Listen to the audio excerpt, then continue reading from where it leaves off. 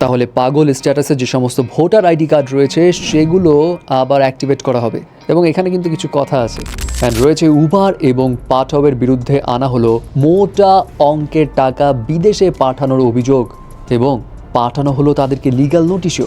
Finally রয়েছে শাহজালাল আন্তর্জাতিক বিমানবন্দরের নাম কি আদৌ পরিবর্তন হবে, এই বিষয়ে কর্তৃপক্ষ কি জানালো। প্রথমেই আসি ভোটার আইডি কার্ডের কাছে। বাংলাদেশে যে সমস্ত ভোটার আইডি কার্ড পাগল স্ট্যাটাস বা ম্যাডনেস স্ট্যাটাসে রয়েছে সেগুলো আবার অ্যাক্টিভেট করা হবে। এখন পাগল স্ট্যাটাস মানে এই নয় যে কোনো মানুষ মানসিকভাবে প্রতিবন্ধী তার ভোটার আইডি কার্ডে পাগল লেখা রয়েছে।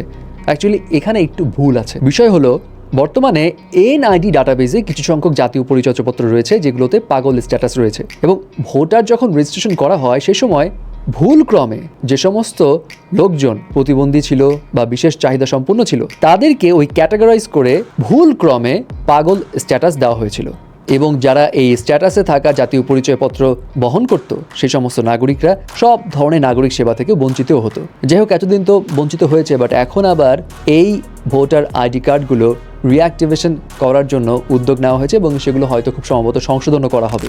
এবার আসি উবার এবং পাঠাওয়ের কাছে। চ্যানেল আই, ডেইলি ইত্তেফাক, সময় টিভি বেশ কয়েকটা গণমাধ্যম থেকে জানা গেছে গত 29 তারিখ পাঠাও এবং উবারের বিরুদ্ধে সুপ্রিম কোর্টের এক আইনজীবী লিগ্যাল নোটিশ পাঠায় এবং তার অভিযোগ 30 থেকে 40 হাজার কোটি টাকা এই রাইড শেয়ারিং অ্যাপ অবৈধভাবে বিদেশে পাঠিয়েছে। নোটিশে বলা হয় উবার এবং পাঠাও বিআরটি এর অসাধু কর্মকর্তাদের সঙ্গে যোগ সাজস করে রাইড শেয়ারিং বিধিমালা 2017-র যে নিয়ম রয়েছে সেটা ভঙ্গ করেছে, যার ফলে তারা 30 থেকে 40 হাজার কোটি টাকা হাতিয়ে নিয়েছে। এবং এটাও বলা হয় উবার একটি মাল্টিন্যাশনাল কোম্পানি যা ভারতের অধীনে পরিচালিত হচ্ছে। নোটিশে আরও উল্লেখ করা হয় উবার ও পাঠাওয়ের মাধ্যমে অন্তত 1.5 লাখ পরিবহন যানবাহন যুক্ত রয়েছে যা যাত্রী পরিবহন, পণ্য পরিবহন এবং খাবার ডেলিভারিতে ব্যবহৃত হয়। বিধিমালায় কোনো নির্দেশনা না থাকা সত্ত্বেও কোম্পানিগুলো পরিবহন যে সমস্ত ব্যবসায়ী রয়েছে তাদের থেকে 25 থেকে 30% কমিশন সহ বিভিন্ন ফি নিচ্ছে, যেটা বেআইনি। আইন অনুযায়ী রাইড শেয়ারিং কোম্পানিগুলোকে 1 লাখ টাকা দিয়ে বিআরটি থেকেই শুধুমাত্র ইনলিস্টমেন্ট সার্টিফিকেট নিতে হবে, অন্য কারো কাছ থেকে টাকা নেওয়ার সুযোগ নেই। কিন্তু উবারও পাঠাও হাজার হাজার কোটি টাকা গ্রাহকদের কাছ থেকে নিয়েছে এমন অভিযোগ এসেছে। নোটিশে আরও বলা হয়েছে উদাহরণ যদি টানা হয়, এক গাড়ি চালক যদি 3,000 টাকা আয় করে তাহলে তার 1,000 টাকা বিভিন্ন খাতে কেটে নিচ্ছে উবার এবং পাঠাও, যেটা আসলে বেআইনি।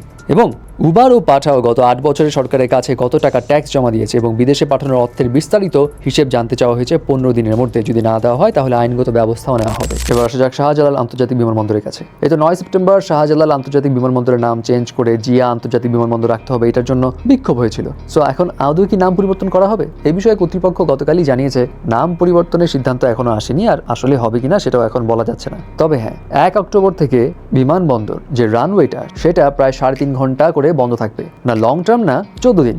1 অক্টোবর থেকে 14 তারিখ পর্যন্ত রাত 1টা থেকে ভোর 4:30 পর্যন্ত এই রানওয়ে বন্ধ থাকবে। এই সময় কোনো বিমান টেক অফ ল্যান্ডিং হবে না। রিজন কি? রিজন সিম্পল, কোনো ঝামেলা নাই। অ্যাকচুয়ালি রানওয়ে যে সমস্ত রেগুলার অ্যাক্টিভিটিস থাকে সেটা পর্যবেক্ষণের জন্যই এই কাজটা করা হবে।